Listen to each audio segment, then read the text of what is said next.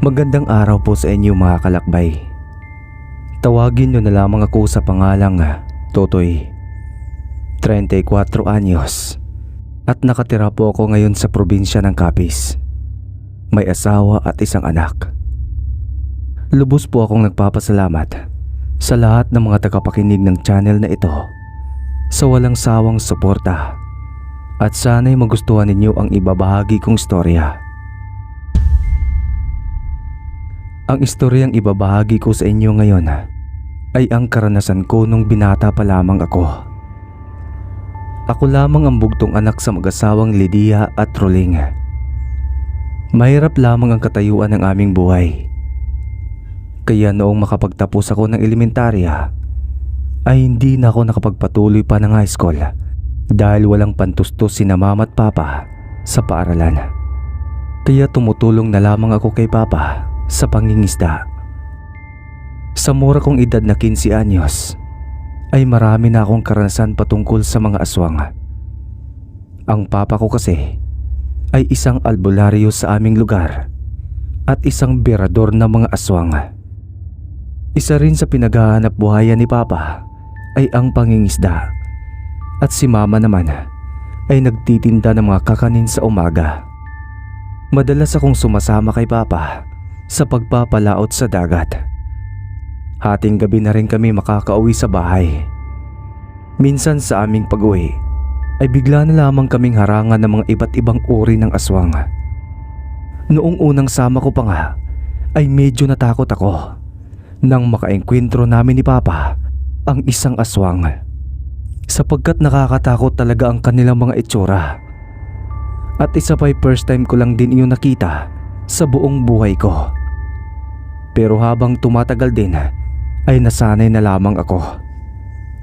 Kadalasan sa mga humaharang sa amin ni papa ay ang mga nilalang na tinatawag ni papa na abwak. Ito yung mga aswang na nagaan yung mga hayop katulad na lamang ng mga baboy ramo o kaya naman ay aso.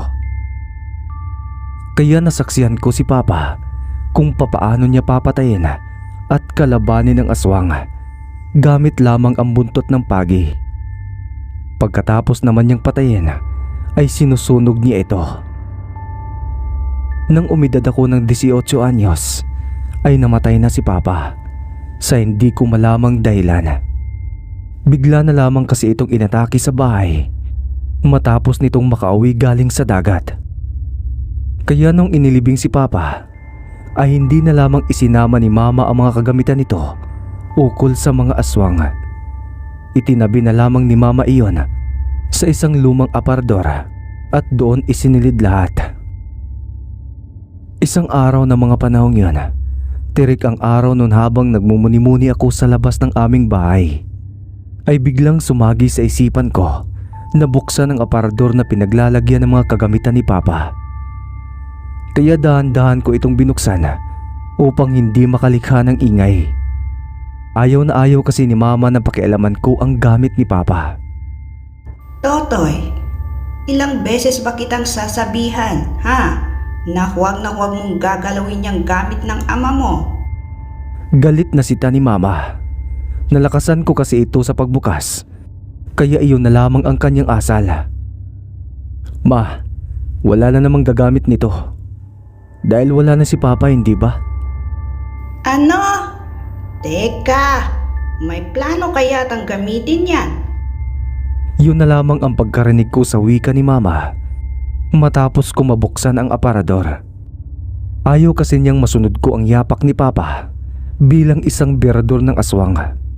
Baka kasi iyon ang dahilan ng biglaang pagkamatay ni papa na baka kagagawan ng mga aswang. Kaya pumunta na lamang ako sa kaibigan kong si Dudong sa kanilang bahay. Dudong, bakit kaya ayaw ni mama na ipagalaw sa akin yung mga gamit ni papa? Nako Totoy, masama yung binabalak mong yan. Kaya huwag mo na lamang ituloy. Ano bang ibig mong sabihin, Dudong? Hindi ko magits eh. Wala. Kalimutan mo na lamang yun. Maglaro na lang tayo, tara. Napabuntong hininga na lamang ako nang marinig ko ang wika ni Dudong sa akin. Ayaw kasi nitong sabihin ang mga nalaman niya. Nakakainggit nga na mas marami pa siyang kaalaman patungkol sa mga aswang, imbis na ako ang anak ng albularyo. Kilala rin noon si Papa sa pagiging albularyo niya sa aming baryo. Hindi kasi ito matatakutin sa mga aswang at matapang itong nakikipaglaban. Marami ring natulungan si Papa ng mga tao sa tuwing nasa gitna ng panganib. Totoy, anak, aalis muna ako, ha? Ilalako ko muna ang mga natitira kong kakanin sa bayan. Ikaw na muna magbantay dito sa bahay. Sige po, ma. Natuwa na lamang ako nang marinig ang sabi ni Mama. Doon ay nagkaroon ako ng pagkakataon na pakialaman ang gamit ni Papa sa aparador. Hindi ko na ito dinahandahang buksan dahil wala namang tao sa bahay at walang makakasuway sa akin.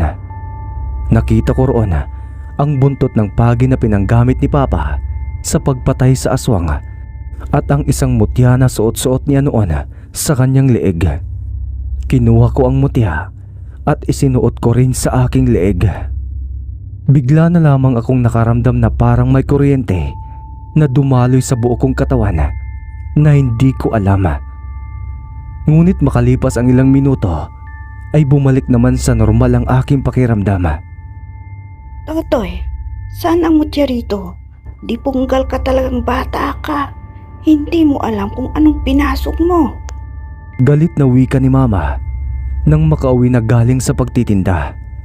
Nang makitang wala na roon ang mutya. Hoy, Totoy anak, bakit suot-suot mo yan? Ilang beses pa ba kitang pagsabihan para papasok sa kukote mo, ha? Pero huli na, nasuot mo na yan, kaya sana mapanindigan mo. Wika pa nga ni Mama bago bahagyang pumasok sa kanyang kwarto. Bakas pa nga sa kanyang mukha ang pagkaseryoso at galit.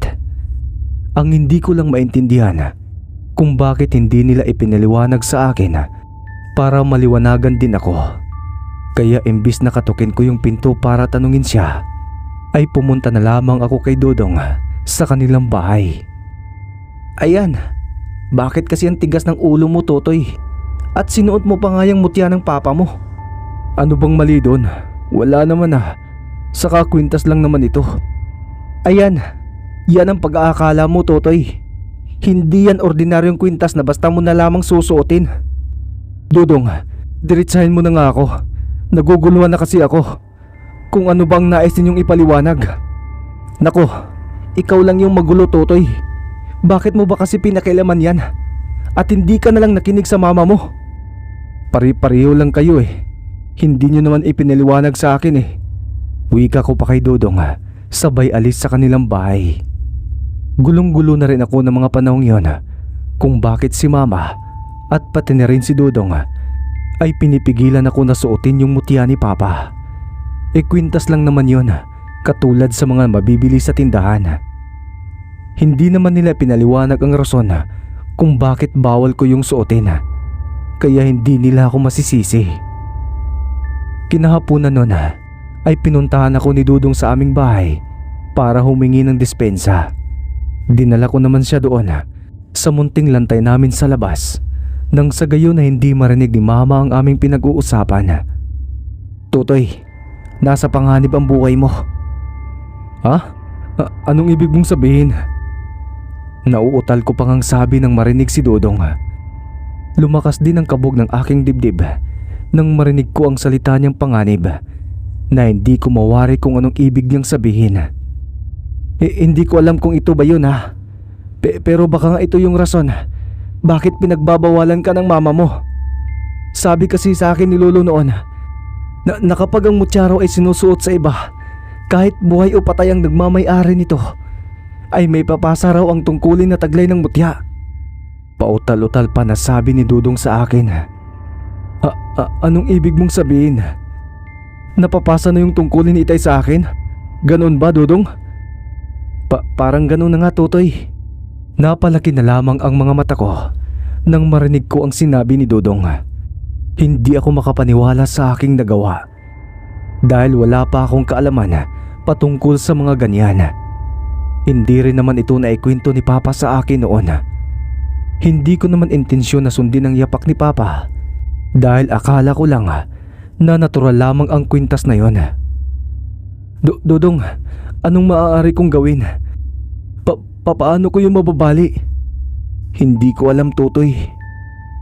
Matapos yon ay napagpasya namin ni Dudong na pumunta na lamang sa Karatig Baryo para puntahan ang kilalang albularyo doon na itago ko na lamang sa pangalang Dionisio. Natitiyak kasi namin ni Dudong na baka may sapat na kaalaman si Mang Dionisio ukol sa mutya. Naku, Totoy, bakit mo ba kasi pinakialaman yon? Hindi mo alam kung anong ibig sabihin ng mutyang yon. Sabi sa akin ni Dudong na naipasa na raw yung tungkulin ni tatay sa akin. Totoo po ba yon? Tama ka, Totoy. Dahil yung mutya na sinuot mo ay naipapasa nitong tungkulin kung sino mang magtatangka nitong suotin. At hindi lang yun, mapanganib ka na rin sa mga aswang dahil ang sino mang may suot ng mutyang yun ay malapit sa kampo ng kadiliman. Ano po bang maaari kong gawin para mabalik ko yung tungkulin? Hindi ko na po alam kung anong gagawin ko. Galit na po sa akin si Mama. Alam mo, Totoy, dahil dyan sa ginawa mo ay dapat mo yang panindigan. Mababali lamang ang nakaatang na tungkulin sa'yo kapag namatay ka na. Dahil ang mutyang sinuot mo ay minana lang din ng papa mo sa kanununuan mo. Katulad din siya sa'yo na biktima rin sa mutyang yan. Dahil kung sino man ang susuot ng mutyang yan ay magiging birador ng mga aswang at hahanap-hanapin ng mga aswang. Mang Dionisio, ibig mo bang sabihin na aswang ang gumawa nun sa papa ko? Hindi ko masasabi, Totoy, pero hindi malabo. Hindi ba pwedeng ibalik ko na lamang ito sa pinaglalagyan dati na baka hindi na, Totoy? Dahil kahit ibalik mo yan, hindi na mababago ang anumang nakatakda para sa'yo. Kaya dapat mo yung panindigan ang tungkulin na ninanais mo. Matapos kong marinig ang wika ni Mang Dionisio, ay napabuntong hininga na lamang ako. At nakaramdam ako ng pagsisisi dahil gusto ko lang naman na mamuhay na parang isang normal na tao at hindi yung may responsibilidad. Nang makauwi ako ng bahay, ay sinabi ko kay Mama na galing ako sa albularyo sa Karatig Baryo ukol sa mutya ni Papa.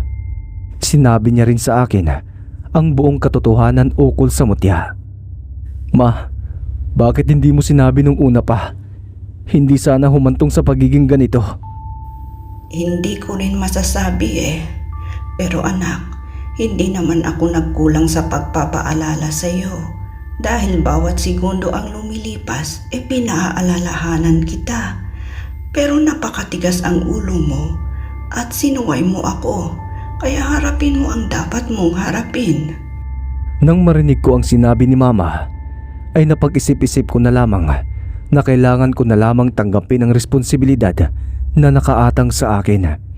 Dahil ito ang pinili kong daan na tatahakin. Kaya simula noon ay mas lalo ko pang pinagandaan ang sarili sa pag-atake ng mga aswang. Alam kong sa bawat oras o minuto, gabi man o umaga, ay nakahanda silang atakihin ako. Sinamahan na rin ako ni Dudong sa pag-iinsayo sa aming bakuran para naman may makausap ako at katuwang sa bigat na dinadala ko. Kinuha ko rin ang buntot ng pagi na ginagamit ni Papa noon saka sinubukan kong gamitin. Kinahapunan ng araw na yon ay inutusan ako ni Mama sa bayan para bumili ng pang-ulam. Sinamahan na rin ako ni Dudong papunta roon. Nang pagdating namin sa palengke ay maraming mga tao ang bumibili. Umaalingasaw naman ang isang amoy na masangsang sa ilong na parang isang naaagnas na katawan ng tao sanhi ng aming pagsapo ni Dudong. Napansin ko rin na pamilyar sa akin ang bahong yon na tila na amoy ko na dati. Bigla ko na lamang naalala noong makapatay kami ng isang abwak ni Papa, nakapareho nito ang amoy. Natitiyak kong may aswang sa aming kinaroroonan na nagkatawan lamang ng isang tao. Ngunit hindi lamang namin ito matukoy dahil sa dami ng tao doon. Totoy, ang sabi sa akin ni Lolo noon, Kapag may aswang daw sa paligid, kumuha lang daw ng munting buhangin, saka hipan ito sa direksyon kung saan mapapadpad ang buhangin. Kaya yun nga ang ginawa ko. Kumuha ako ng kaunting buhangin saka hinipan ko ito sa direksyong hilaga papunta sa kanluran, at ilang saglit pa ay nakilala na namin ang aswang. Ito ay ang isang ale na nagdala ng isang basket na pinaglagyan ng gulay. Bigla na lamang itong nagpalit anyo bilang isang aswang, sanhi ng pagtatakbuhan ng mga taong papalayo roon. Kinuha ko naman sa aking maliit na bag ang buntot ng pagi, at iyon ang ginamit ko pampatay sa kanya. Hindi naman ako nahirapan dahil madali ko lang naman siyang napatay. Nang pag-uwi namin ni Dudong ay sinalubong kami muli ng isang abwak na aswang. Nagkatawan ito ng isang baboy ramo at sobrang laki nito na siyang ikinatakot ni Dudong. Nakalabas ang dalawang malalaking pangil nito at may mapupulang mga mata. Malaki lamang ang kaibahan ng isang mapaninlang na aswang at abwak na aswang, dahil yung mapaninlang na aswang ay nagkatawan ito ng tao, habang ang abwak na aswang ay nagkatawan bilang isang hayop.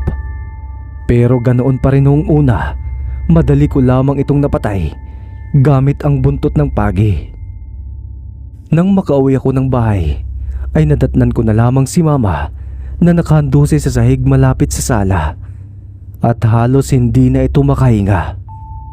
Napasalampak naman ako doon, saka inihiga siya sa aking hita. Tinulungan na rin ako ni Dudong upang akayin si Mama sa kanyang kama, saka pinainom ng tubig. Nung gabi ding iyon ay inutusan ko si Dudong na puntahan si Mang Dionisio para patingnan si Mama, at napag-alaman namin na may malubhang karamdaman na pala si Mama na matagal nang tinatago. Isang araw bumili kami ng gamot ni Dudong sa butika para kay Mama. Si Mama lang ang naroroon sa bahay. Pag-uwi namin ng bahay ay biglang nawala na lamang si Mama sa kanyang hinihigaan. Tinanong din namin ang aming kapitbahay kung nakita ba nila si Mama na lumabas, pero hindi naman daw. Hindi umuwi si Mama hanggang sumapit ang gabi ng araw na yon. Kinabukasan ay hinanap namin sa maaaring puntahan ni Mama, pero wala siya roon. Hanggang sa bumalik kami kay Mang Dionisio. Totoy, pasensya ka na kung nagsinungaling ako. Pero ang totoo niyan, hindi nagkasakit ang mama mo. Nahawaan siya bilang aswang. Nang marinig ko yun, ay halos hindi ako makapaniwala, at naguguluhan ako lalong-lalo na sa aking pagiging birador ng mga aswang. Paano nangyari yon? Bakit? Hindi ko rin alam, Totoy. Nabigla lang din ako nung ipagamot mo sa akin ang mama mo. Magagamot pa ba si Mama, Mang Dionisio? Maaaring ikakamatay niya kung gagamutin natin siya, dahil matagal-tagal na siyang nahawaan bilang aswang. Doon ay mas lalo akong naguguluhan kung papaano ko tutuparin ang tungkulin ko bilang birador ng mga aswang. Kung sa isang araw ay isa si Mama sa makakaengkwentro ko. Lumipas ang maraming taon hanggang sa nakilala ko ang mapapangasawa ko, na itago ko na lamang sa pangalang Dolores, hanggang sa mabuntis ko siya para sa aming panganay na anak. Nung gabing nailuwal na ang aming panganay ni Dolores, ay bigla na lamang may narinig kaming kaluskos sa ibabaw ng bubungan. Napatigil naman ang kumadrona, saka napatingin sa bubong. Tiningnan ko rin ang lana na inilagay ko malapit sa bintana, at nakita kong malakas itong kumulo. Patunay lamang na may aswang sa paligid. At noong lumabas ako ng bahay, ay kitang-kita ko pa ang babaeng aswang sa ibabaw ng aming bubungan. Nang atakihin ko na ito, ay parang may bagay na pumipigil sa akin para hindi ko magawa, at hindi ko alam kung bakit. Napagulong na lamang ako nang una niya akong atakihin. Nagkaroon ako ng maraming kalmot sa aking braso at muka nang matamaan niya ako sa matutulis niyang kuko. Nang mapagulong muli niya ako sa malayong parte, ay napaghandaan ko muli ang kanyang sunod na pag-atake. Hinugot ko na sa aking tagiliran ang buntot ng pagi, at noong umatake na siya, ay tumama ito sa kanyang katawan. Namilipit naman ito sa sakit at nagtamo ng sugat sa kanyang katawan. Ngunit dahil hindi ito malubha, ay sinundan niya ulit ito ng pag-atake. Hanggang sa matamaan ulit ito sa kanyang mukha, sanhi ng pagkabagsak nito sa lupa. Walang tigil ko naman itong pinaghahampas hanggang sa madurog ang katawan nito at mawala ng malay. Nang malapit na itong mamatay, ay bumalik ito sa dating anyo bilang tao na siya ring aking ikinagulat nang mapagtantong si mama pala ang umaataking aswang. Pero huli na ang lahat ng mangyari yon dahil nabawian na siya ng buhay. Hindi ko na lamang sinunog ang kanyang katawan at inilibing ko na lamang ito. Simula noon ay itinigil ko na lamang ang pagiging berador ng mga aswang. Ang mutya at buntot ng pagi ay sinunog ko na lamang sa apoy upang wala nang mabiktima pa sa henerasyon ko at magpasa ng mga mabibigat na responsibilidad.